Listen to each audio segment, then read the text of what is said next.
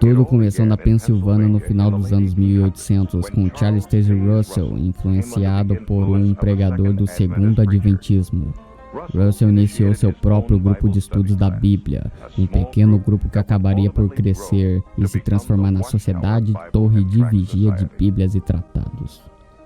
Tomado diretamente pelas especulações proféticas de Nelson Barbour, um nova-iorquino do Segundo Adventismo, Russell afirmou que em 1799 o mundo havia entrado no tempo do fim, e que em 1874 Jesus Cristo retornou invisivelmente, e que o mundo viria a terminar no ano de 1914. Em 1879, Russell, com 27 anos de idade, ficou totalmente convencido que estas datas foram dadas por Deus e vendeu seu próspero negócio de roupas para seguir um novo rumo. Com pouca experiência e conhecimentos teológicos, ele começou a impressão da revista A Torre de Vigia de Sião e Arauto da Presença de Cristo, conhecida hoje como A Sentinela. Esta publicação, que tem crescido de uma impressão inicial de 6.000 cópias a bem mais de 288 milhões de exemplares anualmente, dedicada às principais crenças das Testemunhas de Jeová. Durante seu tempo de vida, Russell escreveu uma grande quantidade de literaturas, incluindo uma série de volumes intitulados Estudos das Escrituras. De acordo com Russell, ninguém podia compreender a Bíblia sem estes livros. E ler a Bíblia por si só conduziria o leitor a uma escuridão espiritual. Um dos ensinamentos de Russell é de que a grande pirâmide egípcia foi designada e colocada ali por Deus como sua segunda testemunha ao lado da Bíblia. Seria um instrumento para revelar seu grande plano das eras para a humanidade.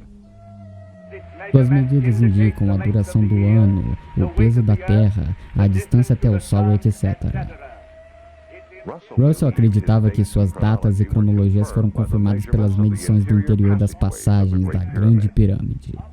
De acordo com Russell, as passagens indicam a 1914 como o ano em que o mundo todo ia acabar. Finalmente, 1914 chegou.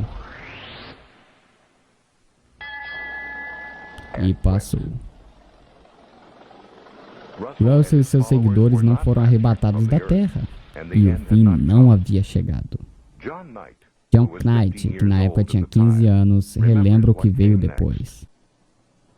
When 1914 came, of course, we had to change our views, just like we had to change the views later. A data foi alterada para 1915, depois 1918. Certamente o Armagedon parecia estar ao dobrar da esquina. Mas em 1916, Charles Taze Russell morre, doente, fraco e desapontado. Uma enorme pirâmide de pedra permanece até hoje sobre sua sepultura, como uma recordação de suas embaraçosas falsas profecias. Através de manipulações políticas internas, Joseph Franklin Rutherford, um advogado de Missouri, que se auto-intitulava juiz, tornou-se o segundo presidente da Sociedade Torre de Vigia de Bíblias e Tratados em 1917. Em 1918, o juiz Rutherford fez um discurso intitulado "Milhões que agora vivem, jamais morrerão". Foi o início de uma campanha mundial de recrutamento chamada de Campanha dos Milhões. Não muito surpreendentemente, foi proclamada a próxima destruição do mundo existente, e iria acontecer logo em 1925. Based upon the promises set forth in the divine word, we must reach the positive and indisputable conclusion that millions now living will never die. Em 1920, o livro Milhões foi publicado. Nele, Rutherford afirma que a Bíblia revelou que em 1925, Abraão, Isaac, Jacó e outros antigos homens fiéis viriam a ser ressuscitados para reinarem como príncipes sobre o novo paraíso terrestre. Convencidos de que a profecia de Rutherford era verdadeira, muitas testemunhas venderam suas casas, empresas e pegaram a estrada, vivendo em carros e caminhões como ambulantes e indigentes, a fim de propagar a advertência. Como 1925 aproximava-se, alguns agricultores se recusavam a cultivar porque acreditavam que o fim estava próximo. Finalmente, 1925 chegou e, como em 1914, nada aconteceu. Mais uma vez, a profecia da Sociedade Torre de Vigia provou ser falsa. Assim como Russell Rutherford se apegou tanto a essa história que ainda acreditava que o fim estava mesmo ao virar da esquina. Em 1929, o juiz mandou construir essa mansão palaciana. Estava destinada para Abraão, Isaac e Jacó, para que seus homens dignos tivessem um lugar para morar quando fossem ressuscitados. Localizado em um exclusivo bairro de San Diego, foi chamada pelo nome Bet Sarim, hebreu para Casa dos Príncipes.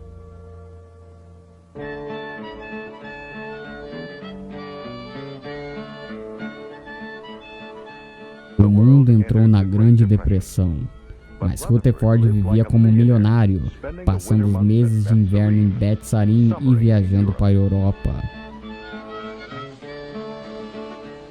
Os americanos sofriam através da pobreza e privação, enquanto Rutherford gozava dos 2 Cadillacs 16 cilindros.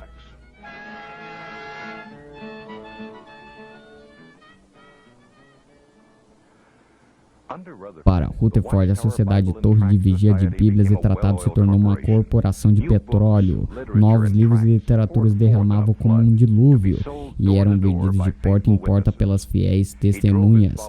Ele dirigiu seus seguidores para o trabalho duro para o Senhor e aconselhou os jovens casais a não se casarem, a fim de colocarem todas as suas energias para proclamar o reino. Até mesmo fonógrafos portáteis foram utilizados nas portas.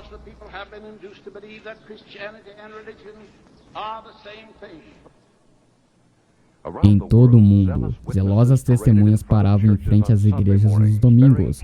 Portanto, cartazes que diziam: a religião é laço e extorsão.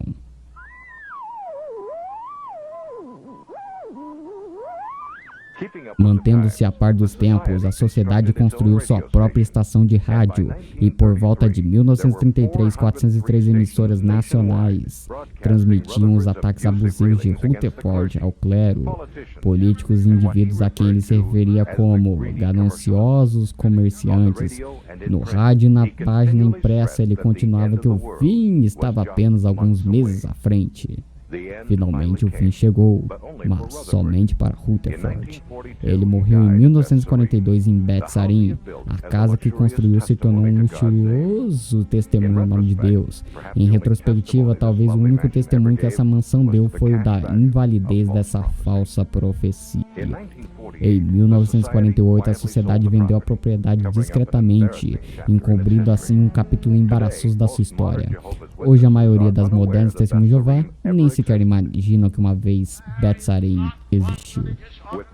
Com a morte de Rutherford, a era de ouro das personalidades carismáticas também passou.